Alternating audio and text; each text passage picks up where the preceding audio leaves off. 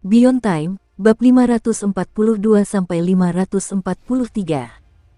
Untuk melihat video selengkapnya, sahabat bisa kunjungi playlist yang telah Sabta Novel sediakan.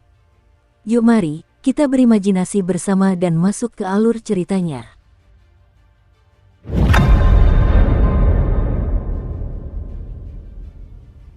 Suara Ding Sue lembut dan menawan, seperti hujan halus yang masuk ke alam baka dan didengar oleh Suking dan Linger.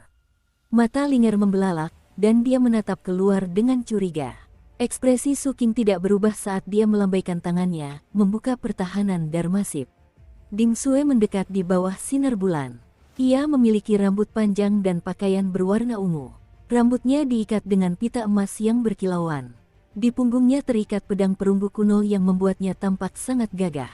Meskipun begitu, ia juga tampak agak genit, dengan mata yang memikat dan senyum yang manis. Ia masih muda, tetapi dalam 2 tahun yang telah berlalu, ia telah berubah dari seorang gadis menjadi wanita muda yang menggoda. Saat sinar bulan menyinarinya, ia tampak sangat menarik, tetapi pada saat yang sama, pemalu dan menawan. Karena terkejut, Suking secara naluriah menoleh ke arah pantai. "Kenapa kakak Suking menatapku seperti itu?" tanya Ding Sue, tampak sedikit malu saat melangkah ke dek. "Aku tidak sedang melihatmu," jawab Suking jujur. "Aku sedang mencari Zhao Zongheng." Dada Ding Sue yang berisi naik turun. Meskipun kata-kata Suking yang tidak romantis berpotensi mematikan, itu tidak banyak berpengaruh padanya. Kesulitan ada untuk diatasi, bukan? Dengan mata yang berkilauan indah, dia mendekati Suking. Melihat wajahnya yang menawan, jantungnya berdebar kencang, dan dia menelan ludah. Sambil berusaha menahan diri, dia menghela napas dalam hati menyesal karena gagal memenangkan hatinya di masa kepulauan Merfolk. Ini semua gara-gara Zhao Zongheng. Tapi tidak apa-apa. Dengan usaha, seseorang bisa mencapai apa saja. Saat Ding Sue berusaha membangkitkan semangatnya, dia mengeluarkan setumpuk uang kertas spiritual dan memberikannya kepada Suking. Dia memastikan untuk memperlihatkan sebagian lengan bawahnya yang seputih salju saat melakukannya. "Kakak Suking, ini bagianmu dari keuntungan pelabuhan 176. Berkat keahlian Zhang San dan perhatianku yang cermat, tidak ada satupun koin spiritual yang hilang." Suking mengangguk. Dia sudah mengetahui dari Zhang San bahwa Ding Sue telah mengurus bagian keuntungannya selama 2 tahun terakhir. Dia sangat berterima kasih atas kebaikan hatinya. Terutama ketika dia mengingat bagaimana, berkat kecintaannya pada pengetahuan, dia telah memberinya banyak batu spiritual ketika dia masih sangat miskin. Karena itu, dia selalu memiliki kesan yang baik terhadap Ding Sue. Sambil tersenyum, dia mengambil catatan spiritual itu. Mengambil beberapa, dia mengembalikannya kepada Ding Sue. "Ini, ambillah." Ding Sue berkedip beberapa kali dan menahan diri untuk tidak mengambil catatan spiritual itu. Kemudian, dia berdiri di sana sejenak sambil memainkan ujung lengan bajunya, tampak seperti ingin mengatakan sesuatu. Setelah beberapa saat berlalu, dia siap secara mental. Mengambil botol putih dari tasnya, dia meletakkannya di depannya. "Kakak Suking, ini sup biji teratai rasa osmanthus yang saya buat sendiri. Saya berencana memberikannya kepada bibi dan paman saya, tetapi saya harap Anda bisa mencicipinya dan memberi saya masukan." Suking ragu sejenak, namun, sepertinya tidak ada alasan untuk menolak, jadi dia mengambil botol itu dan mencicipinya. Dia mengerutkan kening, rasanya agak manis. Rasa malu menjalar dari leher Ding Sue hingga ke wajahnya. "Kakak Suking, kau..." "Pokoknya, baiklah, aku mengerti." Suking tidak yakin apa maksudnya, dan hendak bertanya. Sebelum dia sempat bertanya, Ding Sue berdiri. "Aku harus pergi, kakak Suking. Aku tahu kau baru saja pulang dan perlu istirahat. Aku akan kembali besok." Ngomong-ngomong, terima kasih untuk uang sakunya. Masih tersipu malu, Ding Sue mengambil catatan spiritual itu dan bergegas pergi. Begitu berada di luar Dharmasip dan di tepi pantai, senyum puas muncul di wajahnya. "Ternyata metode yang diajarkan bibiku benar-benar berhasil. Aku hanya perlu memposisikan diriku sebagai administrator rumah tangganya. Jika aku ingin memenangkan hati kakak Suking, aku tidak bisa terburu-buru. Aku harus memastikan semuanya berjalan lancar. Dengan begitu, dia tidak akan waspada. Kemudian, perlahan tapi pasti, aku akan meluluhkan hatinya." Aku juga harus memastikan untuk tidak terlalu agresif. Aku harus membuat diriku tampak seperti mangsa yang tak berdaya. Bibi menjelaskan bahwa itulah caranya dia memenangkan hati paman bertahun-tahun yang lalu. Dengan pikiran-pikiran seperti itu, Ding Sui mulai merencanakan langkah selanjutnya dengan lebih detail. Kembali ke ruang pertemuan, Su Qing mengerutkan kening sambil mencoba memahami apa sebenarnya maksud Ding Sui dengan ucapannya. Jelas ada banyak interpretasi. Kakak Su Qing, kata Linger sambil menjulurkan lengannya. Kau harus berhati-hati dengannya. Aku melihat ada agresi tersembunyi di matanya saat dia menatapmu.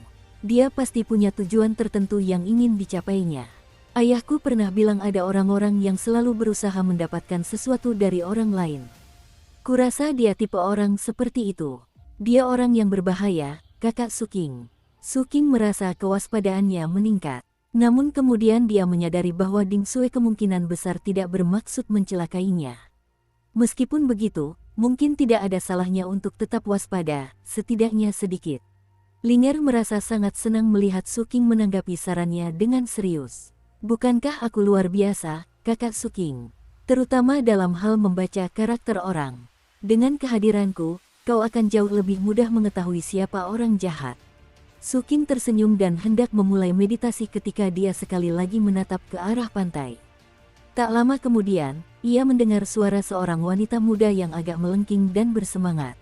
Akhirnya kau kembali, kakak Su Qing. Seorang wanita muda muncul di luar. Ia mengenakan pakaian serba hitam, dan membawa kendi tanah liat yang sangat besar di pundaknya. Kendi itu jauh lebih besar daripada tubuhnya yang mungil sehingga menciptakan citra yang sangat tidak serasi. Namun, hal itu justru membuatnya tampak lebih unik. Ia memiliki kulit yang cerah dan alis seperti daun willow, serta mata yang, meskipun tidak terlalu besar, tampak mampu mengungkapkan isi hatinya kepada dunia. Ekspresi wajahnya tampak terpesona, penuh gairah, dan juga obsesi yang mengerikan.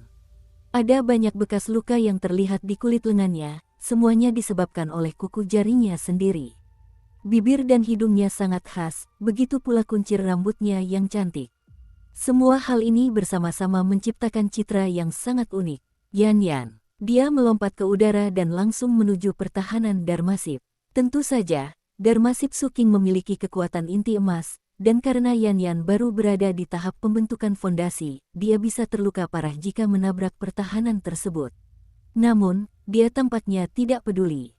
Karena mengenal Yan Yan dengan baik, Su Qing menurunkan pertahanannya agar dia bisa dengan mudah mendarat di dek. Dia tampak sedikit kecewa, seolah-olah dia sudah siap untuk terluka parah, dan telah menantikannya. Tetapi kemudian dia memikirkan apa yang akan terjadi, dan dia menjadi ceria. Dia meletakkan kendi tanah liat itu dengan keras, lalu menumpahkan setumpuk alat penyiksaan ke samping. Ada jarum, pisau, penjepit, gergaji, dan banyak lagi. Banyak di antaranya menghitam karena darah akibat penggunaan yang intensif selama 2 tahun terakhir. Sejumlah besar di antaranya juga ternoda oleh aura jahat jiwa-jiwa yang penuh dendam, yang menyebar ke dalam Darmasip. Kakak Su Qing, ayo kita mulai, oke. Hidungnya mengembang dan dia mulai bernapas berat sambil menamparkan kendi itu. Kendi itu pecah berkeping-keping, dan asap mengepul keluar. Tanpa diduga, mereka adalah Smokewite. Meskipun Smokewich telah dikenai sanksi berat setelah kudeta Letnan Gubernur, beberapa anggota yang lebih cerdas telah melarikan diri sebelum tindakan apapun diambil. Dan tentu saja, ada juga yang sedang pergi sebelum semuanya terjadi. Beberapa adalah ahli terkemuka, yang lain adalah individu biasa. Yang berjatuhan dari kendi adalah yang terakhir. Ada cukup banyak, tetapi sebagian besar memancarkan fluktuasi pembentukan fondasi. Segelintir yang berada di inti emas sangat lemah. Kakak Su Qing, nenekku membantuku menangkap Smokewite ini. Sayangnya, kami tidak menemukan yang besar. Hanya udang-udang ini, tapi kita masih bisa bersenang-senang dengan mereka. Setelah kau pergi, aku sendirian, dan itu sangat membosankan. Dengan mata berbinar-binar karena kegembiraan, dia meraih salah satu Smokewite. Saat makhluk itu meronta-ronta di tangannya, banyak bilah pedang terbang ke atas dan berputar di sekelilingnya seperti badai. Bilah-bilah itu menebas asap, tetapi tidak terdengar teriakan. Itu karena, tidak peduli bagaimana Anda menebas Smokewite, mereka dapat menyatu kembali hampir seketika, dan itu tidak menimbulkan rasa sakit. Meskipun begitu, Yan Yan tampak terpesona dengan konsep mencabik-cabik Smoke White. Dengan gemetaran yang hampir tak terkendali, dia menatap Su Qing. Dia hendak mengatakan sesuatu ketika dia menyadari bahwa ekspresi wajahnya agak acuh tak acuh. Terkejut, dia ragu sejenak dan kemudian berkata, "Kau tidak suka ini, kakak Su Qing." Dia tampak sangat cemas, bahkan putus asa, dan tubuhnya pun mulai lemas. Jelas sekali dia sangat peduli dengan pendapat Su Qing, dan apapun yang akan dikatakan Su Qing selanjutnya dapat memengaruhi seluruh dunianya. Su Qing menatapnya dan menyadari ada sesuatu yang tidak biasa tentang Yan Yan. 2 tahun lalu dia memang orang yang murung, tetapi tidak segila ini. Terlebih lagi, dia bisa melihat bahwa banyak bekas luka di lengannya masih baru. Tatapan matanya sama seperti yang Anda harapkan dari orang yang tenggelam dan memohon pertolongan. Penyakitnya semakin parah. Bukan berarti dia memperlakukan orang lain secara sadis. Dia memperlakukan dirinya sendiri secara sadis. Dan hanya dalam keadaan kesakitan yang menyiksa itulah dia merasa bisa bernapas dan bahagia. Saat mata Su Qing berbinar-binar dengan cahaya yang dalam, dia mendengar suara seorang wanita tua berbicara dari luar. Itu tak lain adalah Guru Isneter, Nenek Yan Yan. "Aku hanya punya satu cucu, Su Qing," katanya getir, "bisakah kau membantunya?" Sejak kecil, dia tidak memiliki mutagen dalam dirinya, dan akibatnya, dia memiliki masalah dengan iblis batin. Kepribadiannya menjadi semakin kejam dari tahun ke tahun. "Aku sudah berkali-kali mencoba memurnikannya, tetapi masalahnya ditambah dengan kepribadiannya membuat mustahil untuk membersihkannya dari pikiran jahat. Keadaan menjadi sangat buruk ketika dia mencoba mencapai Gold Core tetapi gagal. Dia hampir saja mengalami gangguan mental. Aku bisa menjaganya tetap aman secara fisik, tetapi dia memiliki terlalu banyak tekanan mental yang harus dihadapi. Dia harus menyiksa orang lain atau menyiksa dirinya sendiri. Dan itu hanya membuatnya semakin antisosial dan eksentrik. Aku tidak punya pilihan lain di sini. Tapi aku percaya padamu." Su Qing menatap Yan Yan. Dia bisa melihat keputusasaan di matanya, dan bagaimana dia tampak layu. Seolah-olah lautan kesadarannya dipenuhi kerusakan akibat semua frustrasi yang terpendam. "Kekanak-kanakan sekali," kata Su Qing tiba-tiba. Yan Yan mendongak menatapnya. Dukung terus channel YouTube Sabta Novel. Di luar prefektur penerima kaisar, di atas laut terlarang yang gelap gulita, terdapat gelombang bergulir tak berujung dan kabut yang dipenuhi mutagen dingin. Bahkan di tengah hari, panas terik matahari pun tak mampu menghilangkan mutagen itu, apalagi menerangi kedalaman laut. Itulah sebabnya, selama bertahun-tahun yang telah berlalu, terdapat banyak legenda di laut terlarang tentang entitas ilahi yang bersembunyi di kedalamannya. Hanya spesies asli laut tersebut, atau kultivator tingkat tinggi lainnya, yang mungkin mengetahui seberapa kuat entitas ilahi itu sebenarnya, dan apakah mungkin untuk mengalahkan mereka dalam pertempuran. Wajah yang hancur itu bukanlah satu-satunya dewa yang ada. Dengan kata lain, entitas paling menakutkan di laut terlarang bukanlah entitas ilahi, melainkan dewa sungguhan. Dewa bisa tidur di matahari dan bulan. Dewa bersembunyi di istana di tempat-tempat seperti terlarang oleh Sang Abadi.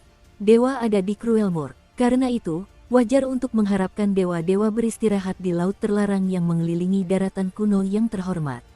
Pertama-tama, laut terlarang terlalu luas. Wilayah laut antara prefektur penerima kaisar dan Phoenix Selatan sangat besar, dan itu belum termasuk fakta bahwa laut tersebut membentang jauh melampaui Phoenix Selatan. Sejujurnya, daerah-daerah yang mengelilingi Phoenix Selatan, jika dibandingkan dengan laut terlarang secara keseluruhan, pada dasarnya adalah perairan pesisir. Dahulu, laut terlarang disebut dengan nama lain. Laut itu adalah lautan tak berujung. Nama itu menggambarkan dengan sempurna cakupan dan jangkauan perairannya. Laut itu hampir seperti sebuah dunia tersendiri, berdiri tegak berdampingan dengan daratan dan kubah langit. Saat itu, ombak bergejolak di perairan di luar prefektur penerima kaisar ketika sebuah kapal perang hitam pekat melesat di udara di atasnya. Itu adalah kapal perang milik Master Ketujuh, yang telah dipinjamkannya kepada Su Qing untuk digunakan di Kabupaten Penyegelan Laut. Kapal perang itu memiliki roh, dan karenanya tidak perlu dikemudikan. Selama memiliki sumber daya, kapal itu dapat dikendalikan oleh siapapun. Turut hadir bersama Suking adalah 1.000 pendekar pedang dari ibu kota kabupaten, serta Taois Sima. Kingkin juga terbang di udara, suaranya yang melengking bergema jauh dan luas. Tak ada burung lain yang berani terbang terlalu tinggi ke langit berkat kehadiran Kingkin. Mereka akan tetap terbang rendah, di mana mereka sesekali menyelam ke dalam air dan kembali ke permukaan dengan mangsa di paruh mereka. Hal itu menyebabkan naga leher ular berkumpul.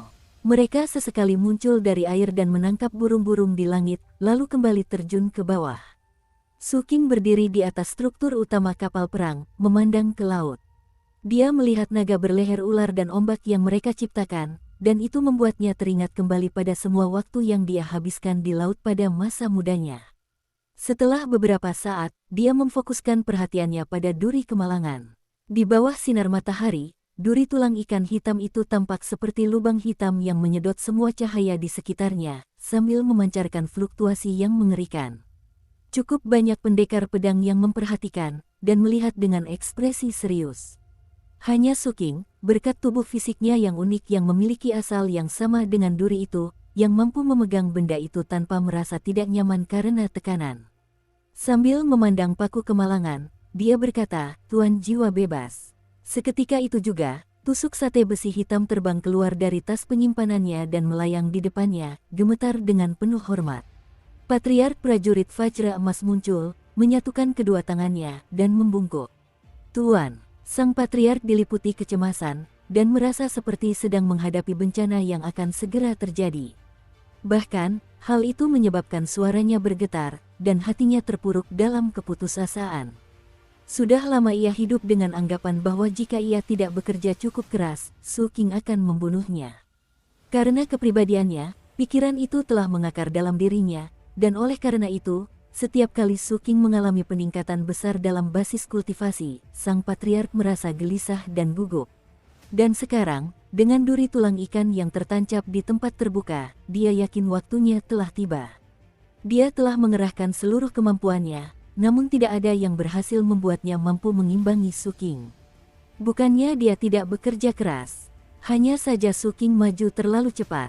"Tuanku, saya siap." Dalam semua buku yang pernah saya baca, tokoh utamanya selalu berkembang pesat, sementara para pengikutnya adalah orang-orang biasa yang tidak bisa mengimbangi. Ini menunjukkan, tuanku, bahwa Anda benar-benar seperti tokoh utama dalam sebuah novel. Tidak apa-apa, saya mengerti. Saya tidak ingin membebani Anda. Jadi saya tidak akan memohon atau meminta-minta. Saya hanya berharap, berdasarkan semua kerja keras dan teliti yang telah dilakukan oleh hamba Anda yang rendah hati selama bertahun-tahun, Anda dapat menyelesaikannya dengan cepat dan tanpa rasa sakit. Jika aku mendapat kesempatan hidup lagi setelah ini, hambamu yang rendah hati ini pasti akan menemukan kesempatan untuk kembali menjadi pengikutmu. Setelah melayani setiap kebutuhanmu, Tuan, aku akan menatap ke atas saat engkau mencapai puncak surga tertinggi. Wajah sang patriark dipenuhi kesedihan, namun bahkan dalam keadaan itu, ia menatap Suking dengan ketulusan dan kesetiaan. Baginya, itu adalah satu-satunya kesempatan untuk menyelamatkan dirinya sendiri. Ia tahu bahwa ia mengetahui terlalu banyak rahasia. Jika ia berada di posisi Suking, sang patriark pasti akan dipenuhi niat membunuh. Oleh karena itu, ia hanya bisa berusaha sebaik mungkin untuk menyentuh hati Suking, dan berharap Suking akan mengingat semua kerja kerasnya dan tidak membunuhnya. Hasil terbaik adalah jika Suking dengan baik hati mengambil inisiatif untuk mengampuni sang patriark. Suking menatap dalam-dalam patriark prajurit Vajra Emas. Dia tidak merasakan ketulusan apapun dari patriark itu. Namun, dia telah memperhatikan semua yang dilakukan patriark selama bertahun-tahun, dan seberapa banyak bantuan yang telah diberikannya. Sekarang, dendam yang dipupuk Suking bertahun-tahun lalu terhadap patriark telah lama sirna. Lagi pula, tusuk sate besi itu tidak bisa menandingi tingkat kultivasinya sekarang.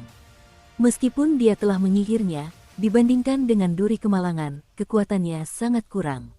Oleh karena itu, Suking berencana untuk membebaskan sang patriark dan membiarkannya pergi. Lagi pula, dia mengerti bagaimana karma bekerja.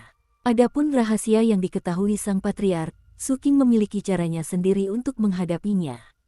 Namun setelah mendengar ucapan sang patriark, Suking berpikir sejenak, lalu berubah pikiran. Dengan tatapan tajam, ia memutuskan untuk memberi kesempatan kepada sang patriark.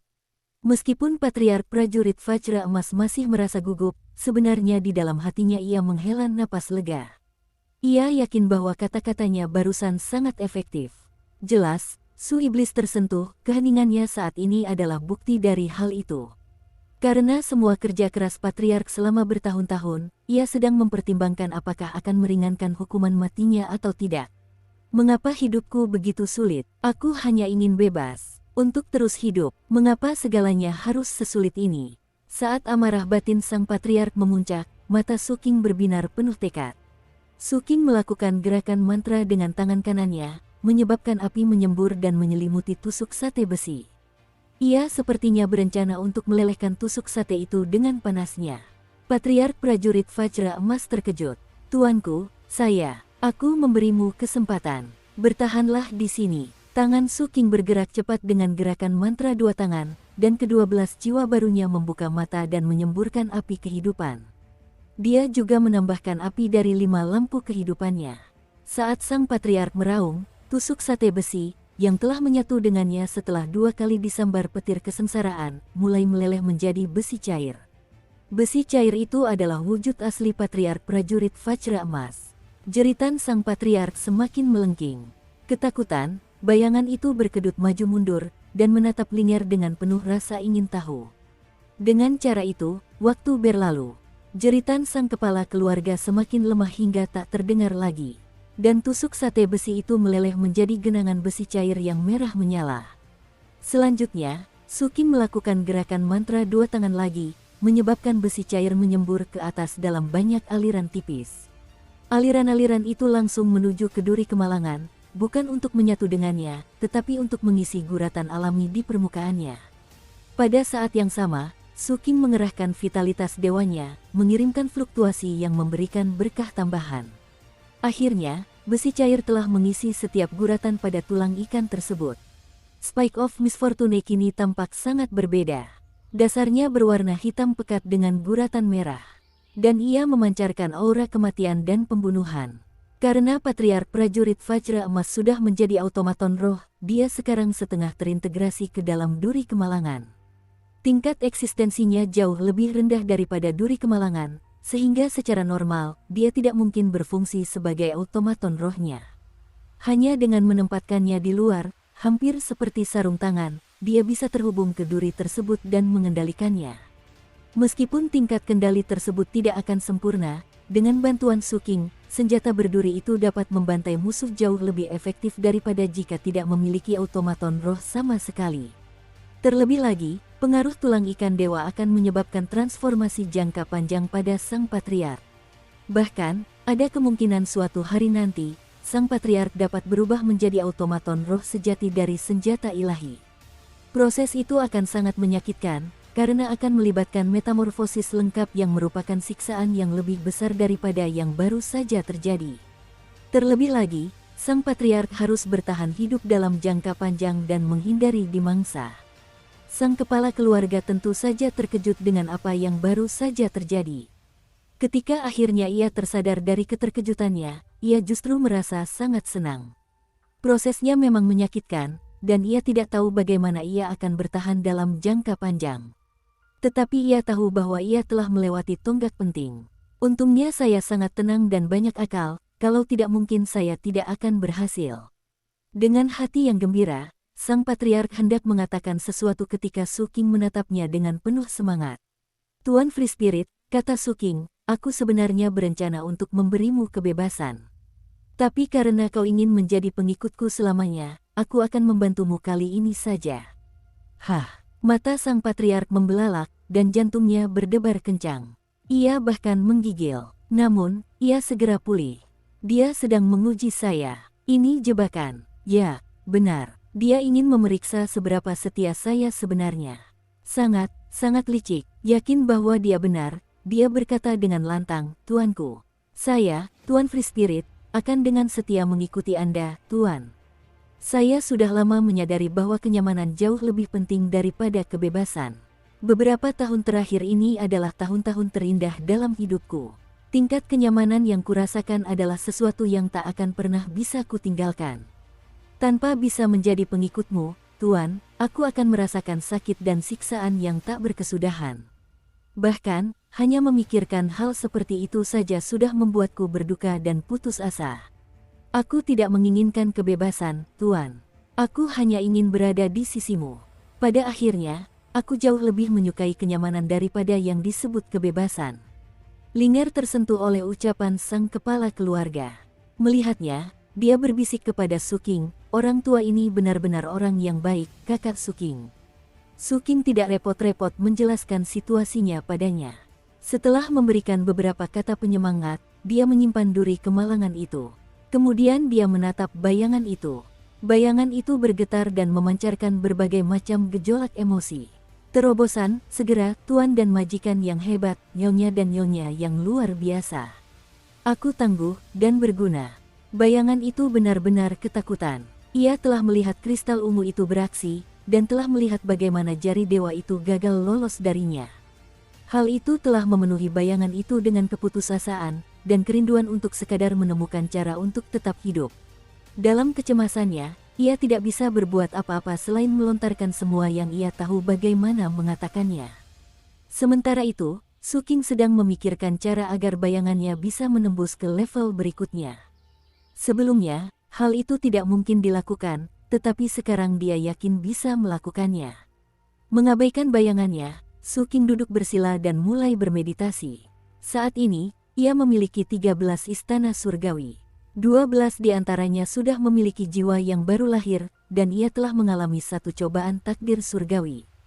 Hanya istana surgawi terbarunya, yang terbentuk dari lampu sayap darah roh neraka, yang tidak memiliki jiwa yang baru lahir. Namun, dengan bantuan jiwa-jiwa baru lahir lainnya, jiwa baru lahir di lampu kelima itu terbentuk dengan cepat. Tidak akan lama lagi, sambil memejamkan mata, Suking berkonsentrasi pada kultivasi.